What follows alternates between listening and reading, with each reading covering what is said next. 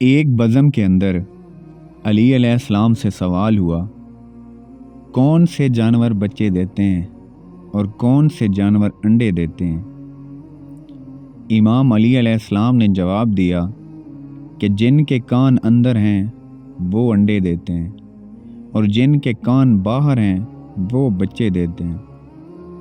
وہ آدمی جواب سن کر بیٹھا تو ایک دوسرا آدمی کھڑا ہو گیا اور یہی سوال دہرایا کہ کون سے جانور بچے دیتے ہیں اور کون سے جانور انڈے دیتے ہیں۔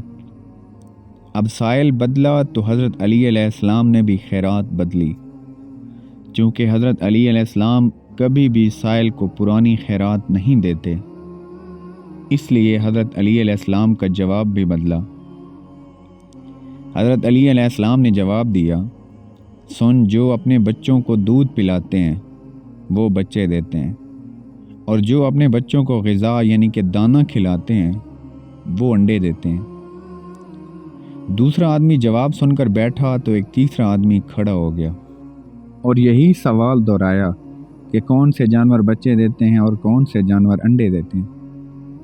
حضرت علی علیہ السلام مسکرائے اور کہا، تیرے لیے بھی نیا جواب ہے، سن، جو اپنی غذا کو چبا کر کھاتے ہیں وہ بچے دیتے ہیں اور جو اپنی غذا کو صرف نگلتے ہیں وہ انڈے دیتے ہیں۔ مجمع پر حیرانی چھائی اور ہر کوئی خاموش ہو گیا۔ حضرت علی علیہ السلام نے فرمایا، خاموش کیوں ہو گئے؟ اگر اب بھی کسی کی تسلی نہیں ہو رہی تو سوال کرو۔ میں ابو طالب کا بیٹا علی تمہیں قیامت تک دعوت دیتا ہوں، تم یہی سوال دہراتے رہو اور میں ہر دفعہ تمہیں نیا جواب دیتا رہوں گا۔ سبحان اللہ۔ آپ کو یہ بات کیسی لگی؟